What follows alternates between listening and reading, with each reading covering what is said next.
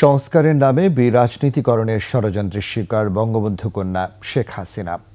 ১/১১ সেনা সমর্থিত তত্ত্বাবধায়ক সরকারের মাইনাস ফর্মুলায় ২০০৭ সালে বন্দী হয়েছিলেন গণতন্ত্রের মানসকন্যা। মৃত্যুর মুখ থেকে বারবার ফিরে এসে ভোট ও ভাতের অধিকার প্রতিষ্ঠায় নেমেছেন রাজপথে। সেই রাজপথের আন্দোলনেই জনগণের মাঝে ফিরে আসেন আওয়ামী লীগ সভাপতি, ফিরে আসে গণতন্ত্র। রিপোর্টে আরও জানাচ্ছেন আকবর হোসেন সুমন।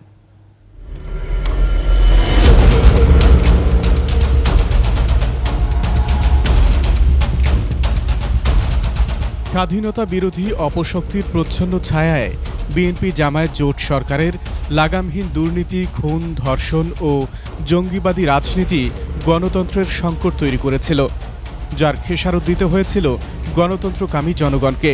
২০০৭ সালে রাজনৈতিক সংস্কারের নামে ক্ষমতা দখল এবং সেনা সমর্থিত অন্তর্বর্তীকালীন সরকারের অনাকাঙ্ক্ষিত প্রভাবে ভুলুণ্ঠিত হয় গণতন্ত্র।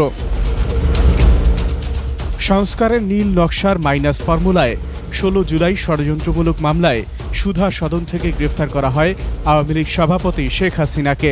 দলীয় নেতাকর্মীদের ওপর নেমে আসে দমন পীড়নের খড়গ। তারা খালেদা জিয়াকে পরবর্তীতে অ্যারেস্ট করেছে ঠিকই, কিন্তু সেটা লোক দেখানো অনেকটা।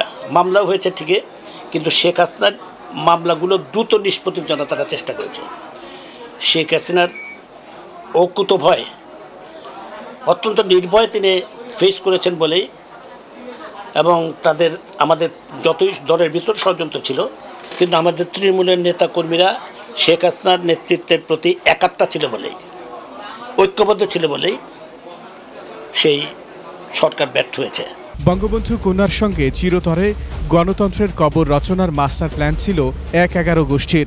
বাংলাদেশ নিয়ে একটা খেলা খেলছিল তখন, যার ফলশ্রুতিতে আমরা দেখতে পেয়েছি 111 সরকার ডক্টর ইউনূসের মতো লোককে মতো রাজনীতিতে দাবিয়েছে, বিরাজনীতি করার চেষ্টা। ডক্টর ইউনূসের মতো লোকদেরকে রাজনীতিতে নামিয়ে বাংলাদেশের রাজনীতিকে বিরাজনীতি করার চেষ্টা, গণতন্ত্রকে প্রোগ্রামতে হত্যা করার চেষ্টা, এই ছিল সেই আর্নি বেস তত্ত্বাবধায়ক সরকারের উদ্দেশ্য। দেশ জুড়ে ছাত্র বিক্ষোভ এবং গণতন্ত্রের মুক্তির দাবিতে সোচ্চার সরব আন্দোলনে ফখরুদ্দিন মঈনুদ্দিনের মসনদ কেঁপে ওঠে। মুক্ত শেখ হাসিনার সঙ্গে ২০০৮ সালের ১১ জুন মুক্তি পায় কাঙ্ক্ষিত গণতন্ত্র।